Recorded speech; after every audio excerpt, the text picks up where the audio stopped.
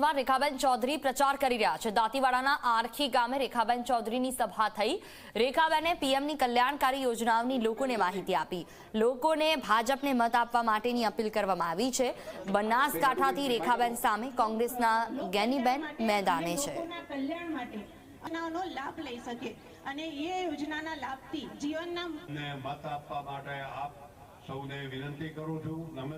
આપણે અનેક યોજનાઓ છેલ્લા 10 વર્ષમાં મોદી સાહેબના નેતૃત્વમાં નો લાભ દરેક વ્યક્તિને મળ્યો છે અને એ યોજનાઓ ઉજ્જવલા યોજના હોય, શૌચાલય નિર્માણની યોજના હોય, સુકન્યા સમૃદ્ધિ યોજના હોય અને સૌથી મોટી યોજના એ પ્રધાનમંત્રી આયુષ્યમાન કાર્ડ યોજના। કોઈ ગરીબ પરિવાર રાત્રે ભૂખ્યો ન સૂવે એના માટેની ગરીબ કલ્યાણ અન્ન યોજના હોય અને લક્ષ્મી યોજના અંતર્ગત આપણી દીકરી ધોરણ 9 માં પ્રવેશ મેળવે એટલે એને 10,000 શિષ્યવૃત્તિ આપવામાં આવે છે। 10મા ધોરણમાં પ્રવેશ મેળવે એટલે ફરીથી 10,000 શિષ્યવૃત્તિ આપવામાં આવે છે। 11મા ધોરણમાં પ્રવેશ મેળવે એટલે 15,000 રૂપિયા અને 12મા ધોરણમાં પ્રવેશ મેળવે એટલે 15,000 રૂપિયા।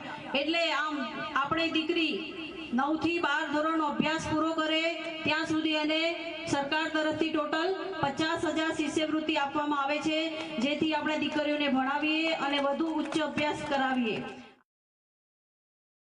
અને સભાની અંદર સૌનો સૂર ભારતના વડાપ્રધાન યશસ્વી વડાપ્રધાન શ્રી નરેન્દ્રભાઈ મોદીને જીતાડવા માટે સૌ ખડે પગે રહી ગભે ગભો મિલાવી અને જંગી બહુમતીથી જીતાડવા માટે અપીલ પણ કરી।